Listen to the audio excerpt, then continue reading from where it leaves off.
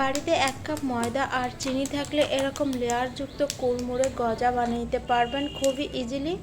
এই গজাগুলো 1 থেকে 1.5 মাস সংরক্ষণ করে খেতে পারবেন।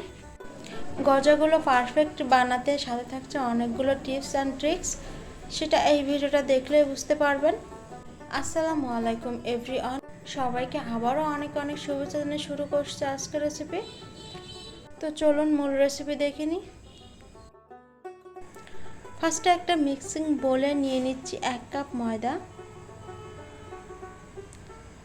আর 2 টেবিল চামচ কর্নফ্লাওয়ার, দিয়ে দিচ্ছি স্বাদ মতো লবণ, সয়াবিন তেল দিয়ে দিচ্ছি 2 টেবিল চামচ। এখন তেল আর ময়দাটা ভালো করে ময়াম দিয়ে নিব। ময়ামটা 2 থেকে 3 মিনিট এভাবে করে হাত দিয়ে ভালো করে মিশিয়ে নিতে হবে। যখন দেখবেন এরকম তেল আর ময়দা একসাথে মিশ্রণ ভালো করে মিশে গেছে, মুঠোর মধ্যে মুঠো হয়ে আসছে আর ছেড়ে দিলে ঝুরঝুর করে পড়ে যাচ্ছে, তখন বুঝতে হবে এই ময়ামটা একদম পারফেক্ট। এখন নর্মাল পানি দিয়ে একটা সফট ডো বানিয়ে নিব।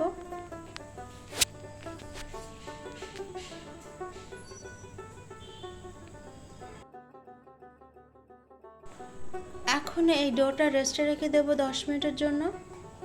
তো 10 মিনিট পরে ফিরে আসলাম। তো দেখুন ডোটা কিন্তু আরও সফট হয়ে গেছে।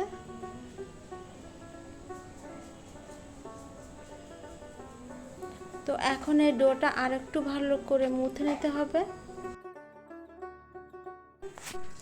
এখন ডো থেকে ছোট ছোট লেচি কেটে নেব। এখানে 4টা লেচি করে নিয়েছি। তো আমি 3টা লেচি রেখে দিচ্ছি ঢেকে, যেন উপর থেকে ড্রাই না হয়ে যায়। এখন একটা লেচি রুটি আকারের মতো করে বেলে নিব। এখানে উপর থেকে দিয়ে দিচ্ছি ময়দাটা দিয়ে কিন্তু এই রুটিটা বেলে নিতে হবে। এই রুটিটা কিন্তু বেশি পাতলা করা যাবে না, একটু পুরো করে রাখতে হবে। তো রুটিটা কিন্তু বেলা হয়ে গেছে। তো তারপরে নিয়ে নিচ্ছি একটা বয়ামের মুখ। তো বয়ামের মুখটা দিয়ে গোল রাউন্ড শেপ করে কেটে নেব। আপনারা চাইলে এখানে গ্লাস অথবা কুকি কাটার দিয়েও কেটে নিতে পারেন। তো এখন একটা পিৎজা কাটার দিয়ে এভাবে লেয়ার করে কেটে নিব।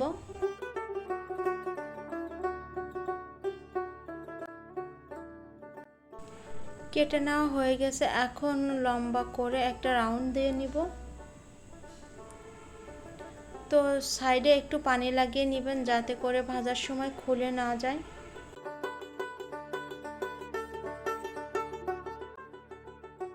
দেখলেন তো এটা বানানো কতটা সিম্পল। আপনাদের সুবিধার্থে আর একটা বানিয়ে আপনাদের দেখিয়ে দিচ্ছি।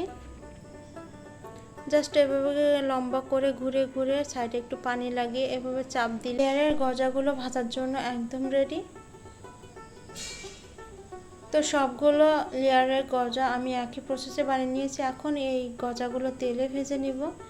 তো চুলায় ফ্রাই প্যানে আগে থেকে তেল বসিয়ে রাখছিলাম। তেলটা কুসুম গরম থাকা অবস্থায় এই গজাগুলো তেলের মধ্যে দিয়ে দিব। চুলার আঁচটা কিন্তু মিডিয়াম রেখে এই গজাগুলো মুচমুচি করে ভেজে নিব। 2 থেকে 3 মিনিট পরে গজাগুলো উল্টিয়ে পাল্টে দিতে হবে। চুলার আঁচটা কোনোভাবে কিন্তু বাড়ানো যাবে না, তাহলে ওপর থেকে ক্রিস্পি হবে আর ভিতরে কাঁচা থেকে যাবে। এই গজাগুলো মুচমুচে করে ভাজতে এভাবে মিডিয়াম আঁচে কিন্তু ভেজে নিতে হবে।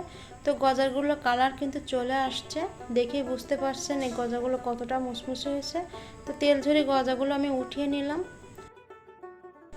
এখানে সবগুলো গজা কিন্তু ভাজা হয়ে গেছে। গজাটা চিনি শিরায় কোট করার জন্য এখানে কড়ার মধ্যে দিয়ে দিলাম 1 কাপ চিনি আর 4 টেবিল চামচ পানি। চিনিটা গলে আসা পর্যন্ত ভালো করে নেড়ে চেড়ে দিতে হবে। চুলার আঁচটা কিন্তু এ পর্যায়ে মিডিয়াম রাখবেন। তো চিনিটা কিন্তু গলে আসছে আর শিরাটা একদম ঘন হয়ে গেছে। এ পর্যায়ে দিয়ে দিব বানিয়ে রাখা গজাগুলো দেওয়ার পরে 2 থেকে 3 মিনিট এভাবে নেড়ে চেড়ে দিলেই কিন্তু এই গজাগুলো একদম রেডি। তো গজাগুলো এখানে 2 থেকে 3 মিনিট আমি এভাবে করে জাল করে নিয়েছি আর শিরাগুলো দেখুন একদম শুকিয়ে গেছে। এখন এর গজাগুলো আমি নামিয়ে নিচ্ছি। তো তৈরি হয়ে গেল পারফেক্ট লেয়ার যুক্ত খাস্তা গজা। এই গজাগুলো খেতে কিন্তু অসম্ভব মজার হয়, শব্দ শুনে বুঝতে পারছেন কতটা কুড়মুড়ে হয়েছে। তো এখন একটা গজা ভেঙে দেখিয়ে দিচ্ছি। তো অসম্ভব কিন্তু শক্ত, আমি ভাঙতে পারছিলাম না, তো অনেক কষ্ট করে কিন্তু একটা গজা আমি ভেঙে দেখিয়ে দিলাম। তো দেখুন ভিতরেও কিন্তু অনেকটাই কুড়মুড়ে। রেসিপিটা ভালো লাগলে লাইক শেয়ার করতে একদম ভুলবেন না। আজকের মতো এখানে বিদায় নিচ্ছি, কথা হবে আগামী পর্বে। সে পর্যন্ত সবাই ভালো থাকবেন, সুস্থ থাকবেন। আল্লাহ হাফেজ।